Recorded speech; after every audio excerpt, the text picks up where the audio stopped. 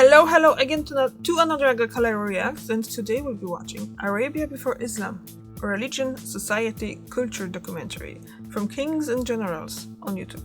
Another new channel to me, but let's just go and see, because it's kind of interesting about what was happening before the religion took over. Because if you think about it, Christianity, Catholics, Christian religion wasn't always in Europe either, and there were obviously different there were countries, not countries, but like Slavs and Druids and Vikings. They are pre-Christian, so they have to be the same thing for other parts of the world and before their majority religion there. So let's just see and let's just learn. It's kind of cool. The Arab world is mostly identified with Islam, and for good reason. Islam was a catalyst of the biggest expansion of the Arabic people in history. It paved the way for the establishment of arguably the most powerful empire of its time, the Islamic Caliphate, which at its zenith ranged from Spain and North Africa in the west to Central Asia and the Indian subcontinent in the east. The Caliphate managed to be one of the most dominant political, military, scientific, and cultural centers of the world for several centuries, while the religion of Islam remains one of the most important political and societal forces globally. But what was there before Islam? How did Arab people live, rule themselves? What did they believe in? Welcome to our video on Arabia before Islam. History is often complicated, but male hygiene isn't, mostly because of the sponsor of this video, Manscaped, the global brand for men's grooming and hygiene products.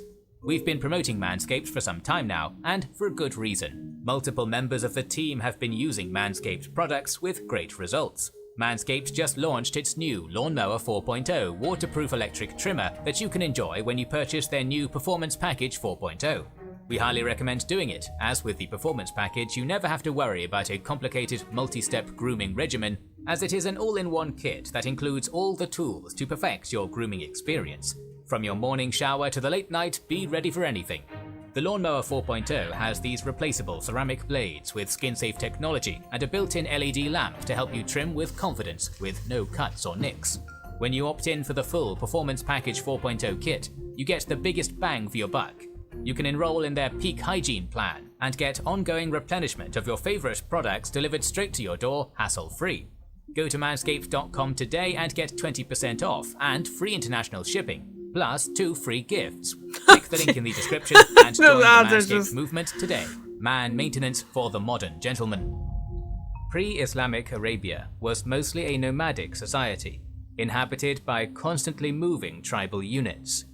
These Beduin tribes, some of which maintain their traditional nomadic lifestyle to this day, had been the most significant political unit of the Arabian Peninsula, with constantly shifting alliances, never-ending warfare, and rare occurrences of organized and centralized statehood. These tribes placed heavy emphasis on kin-related groups and families, and would roam through the deserts with their livestock, mainly comprising of sheep, goats, and camels, living in tents with their immediate family members.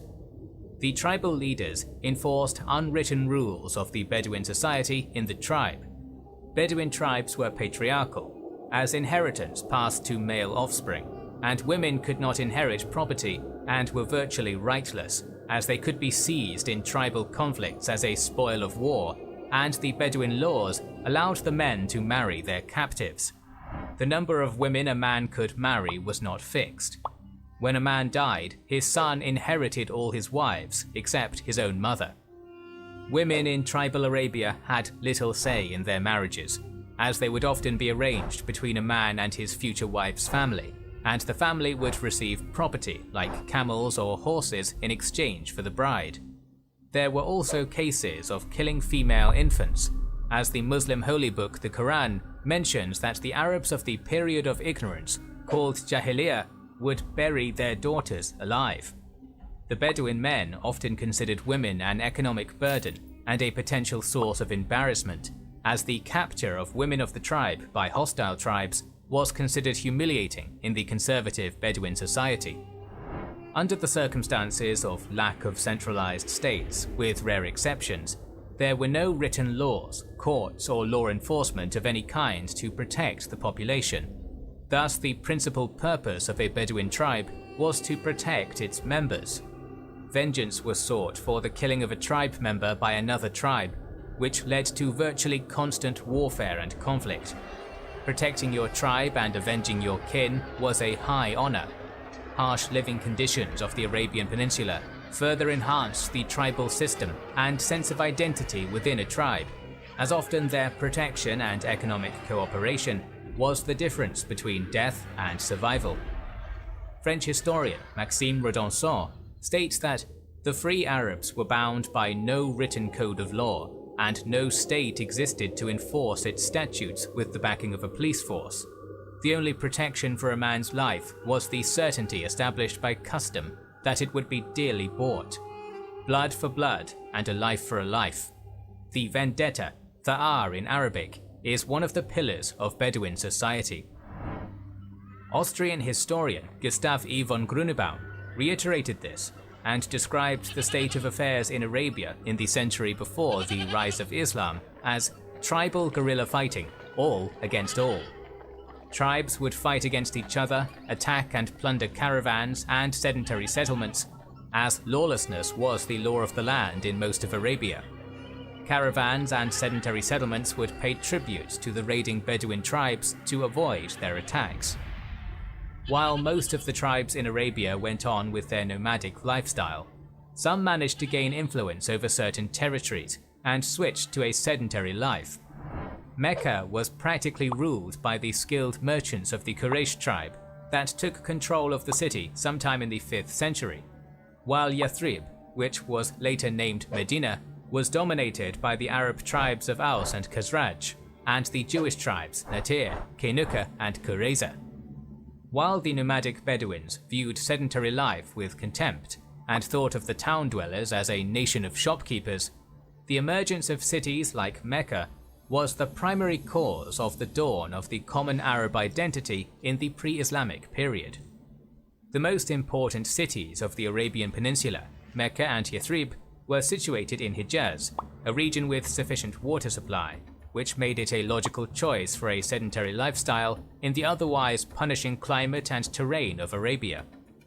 Mecca was an important trade center in the region, a place through which caravans would flow, as well as the location of the Kaaba, a sacred place in Islam, which was also sacred in polytheistic Arabia, where the statues of idols and gods of different Arabic tribes were placed. The Greek historian Diodorus Siculus, who lived between 60 and 30 BC, wrote about the isolated region of Arabia in his work Bibliotheca Historica, describing Kaaba as a very holy temple, which was exceedingly revered by all Arabians. For example, the chief deity of the Quraysh tribe and Mecca was Hubal. The usual trading routes through the Red Sea and the Tigris and Euphrates were disrupted by piracy and the Roman-Persian conflict, and caravans and traders switched to the trade route going through Mecca.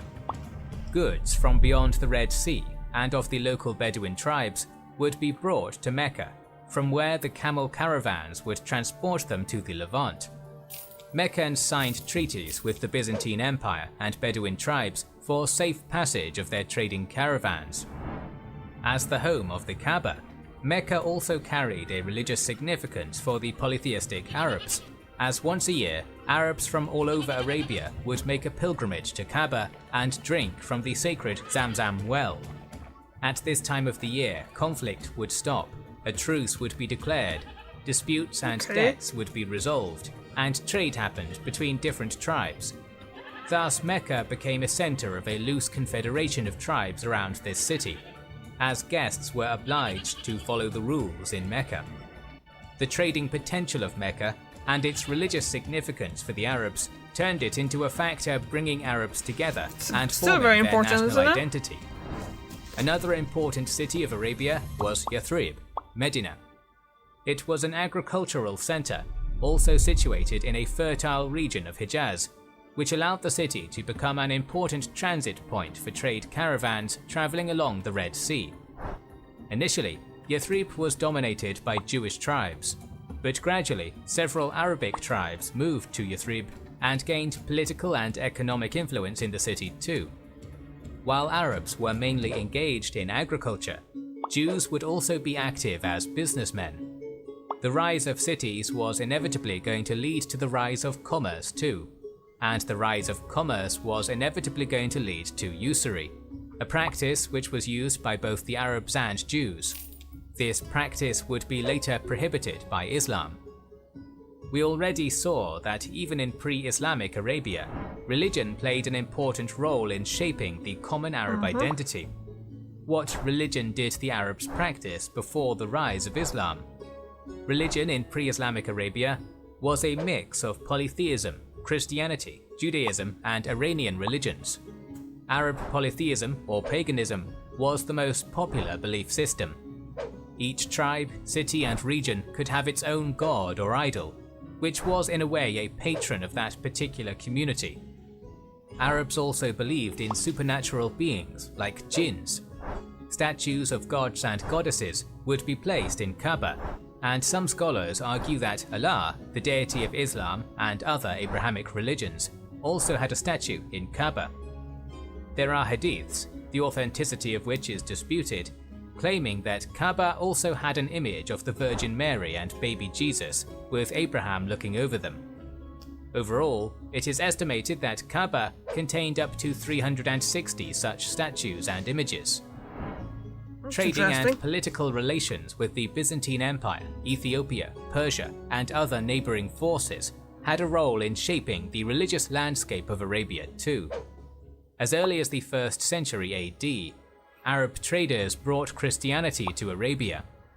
Others were evangelized by Paul's ministry in Arabia and by St. Thomas, followed by a strong influence from the Byzantine Empire. For example, the Ghassanids, a vassal kingdom of Rome, converted to Christianity. In the south of the country, a strong Christian community emerged in Najran as a result of the influence of the Ethiopian Christian kingdom of Aksum. Nestorian Christianity was strong in parts of the country, but the most popular denomination was monophysitism. Judaism was also a significant part of the religious landscape of Arabia. As a result of Roman persecution, the migration of Jewish people to Arabia started as early as the 1st century AD. Many Jews found homes in Hijaz and towns like Yathrib, Khaybar, Fadak, and al-Qura. Many Arabs also converted to Judaism, as often it was a condition of settling in Jewish-dominated towns of Hijaz. The Yemeni Himyarite kingdom converted to Judaism in the 4th century, and some of the Kinda, a tribe in central Arabia who were the Himyarites' vassals, were also converted by the 5th century. Sources also inform about a monotheistic religion centered around the worship of a single god of the Abrahamic religions, but apparently it was not affiliated with Christianity or Judaism, and was probably centered around the prophethood of Abraham. Followers of this religion were called Hafini people, and they rejected the idolatry and paganism of the majority of Arabs, sharing some of the features of other Abrahamic religions, like the prohibition of pork. The scope of expansion of the Hafini people is unclear, but according to some Islamic sources, the Prophet of Islam, Muhammad, and some of his future companions belonged to this religion. Arabia also had a small minority following Iran-based religions like Zoroastrianism, Mazdakism, and others, spreading under Persian influence. Earlier, we mentioned how in the pre-Islamic period, Arab statehood was relatively rare, as Arabia constantly moved from tribal anarchy to loose state organizations and back again. But there have been a number of notable states in Arabia in the pre-Islamic period mentioned in Greek, Roman, Mesopotamian, and Persian sources, and oral Arab traditions later recorded by Islamic scholars. According to the Arab classical writers, Arabs divided themselves into the Yemenites, the South Arabs descended from Qattan, and the North Arabs descended from Adnan. It is interesting that these two groups had certain distinctions, and the existence of statehood and political systems were among them. South Arabia, Yemen, had more established states, and all of them were ruled as monarchies. In the north, loose tribal confederations or de facto city-states like Mecca were a more prevalent form of statehood. Such states were ruled as oligarchies and aristocracies. The south was considered more advanced, as it was the key route of trade in Arabia prior to the emergence of Mecca as an alternative, and had a higher degree of contact with outsiders such as Ethiopians. From the 4th century onwards, a reverse process started, as many southern tribes migrated to the north and underwent northern influence. The South Arabian script vanished, and North Arabian proliferated in Arabia. The Thamud tribe, or tribal union, was one of the first recorded states in Arabia, which was a prominent force in northwestern Arabia according to the Assyrian sources related to the 8th century BC, and were later used as auxiliary forces by the Roman Empire according to the Roman sources. In the 3rd century BC, the Greek scholar Eratosthenes mentioned Manaeans, Sabaeans, Katabanians, and Hadramites as the main people inhabiting the Arabian Peninsula. Historians mention the independent Sabaean kingdom situated in present-day Yemen, which was later conquered by the Himyarite kingdom around 280 AD. The Himyarite kingdom was one of the most prominent pre-Islamic states of the Arabian Peninsula. It was ruled by a monarch, but in practice, the power of the state was shared with regional governors, which had a high degree of autonomy, a system akin to medieval-era European kingdoms. By the early 4th century AD, the Himyarite kingdom ruled over southern Arabia and expanded north to Najran. Originally polytheistic Himyarites became monotheistic sometime in the 4th century with a belief in the Abrahamic god. At the end of the 5th century, the Himyarite king Abu Kariba adopted Judaism as his faith.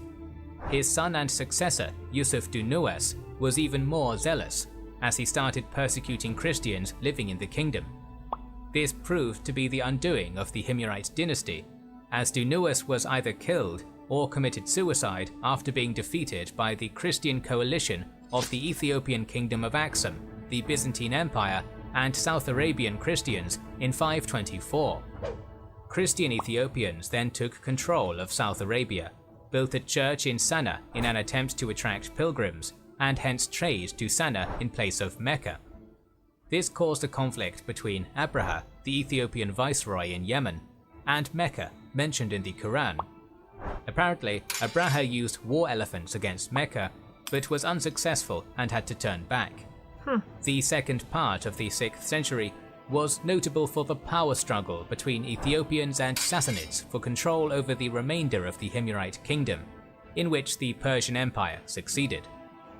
Another prominent pre-Islamic state organization in Arabia was the Kinda Kingdom, the first state in Central Arabia recorded by history, which came to existence after the Kinda tribe managed to unite all tribes in Najd around the late 5th century. The Kinda Kingdom attempted a number of successful raids on Byzantine territories in North Arabia, but similar endeavors against the Sassanid Empire failed, when in 529 the Lakhmid vassals of the Persians defeated and killed the Kindan king Al-Harith bin Amr, which caused the decline of this state. The aforementioned Lakhmid kingdom was established in East Arabia by the Banu Lakham tribe around the 3rd to 4th centuries. Initially, independent Lakhmids were threatening the coastal cities of the Sassanid Empire, and in 325 the Sassanid Emperor Shapur II began a campaign against them. Soon the Lakhmid capital Hira was taken under control of the Sassanids. Since then the Lakhmid kingdom became vassals of the Sassanid Empire until it was annexed by them in the early 7th century. The Ghassanid kingdom had a similar fate. Sometime in the 3rd century AD, part of the Al-Adst tribe migrated from Yemen to the Levant and established the Ghassanid kingdom as a vassal of the Eastern Roman Empire, with a capital at Jabiyah in the Golan Heights. The Ghassanid kingdom ceased its existence in the period of early Islamic expansion. But none of these kingdoms were powerful and centralized enough to unite Arabs in one state and protect the realm from foreign attack. Most of Arabia was governed by unwritten rules of Beduin society, causing warfare and despair amidst already harsh living conditions. the pre-Islamic Arabs might have shared similar language and traditions, but they were divided by tribal identities, blood revenge, and religions. But very soon, Arabia and beyond would be transformed by a momentous process of the emergence of Islam and the creation of a unified Arabic state. More videos on ancient civilizations are on the way, so make sure you are subscribed and have pressed the bell button to see the next video in the series. Please consider liking, commenting, and sharing, it helps immensely. Our videos would be impossible without our kind patrons and YouTube channel members, whose So all of the information about the video and stuff, and you can actually go to my description box below, and you find the original link to the video and the link to the actual maker of that video as well. So it's kind of like that, I think, everywhere in the world. Obviously there were tribes that they were either fighting with each other, or they were assimilating, or they were getting bigger, or they were getting smaller, and it's pretty much the same way in Arabia than it was, let's say, in Europe pre-Roman Empire. And I think it's kind of like that. This is the nature of humans, isn't it? The fact is as well that they became much bigger because of the transportation problems and stuff, other than the Roman Empire did. So I'm kind of talking, let's say, not that great. This is what I'm thinking. Anyway, that was interesting to kind of see how many tribes was there in Arabia before Islam. And the kind of like the religion came from that background as well. So I need to get coffee. So thank you very much for watching. I see you tomorrow. Bye.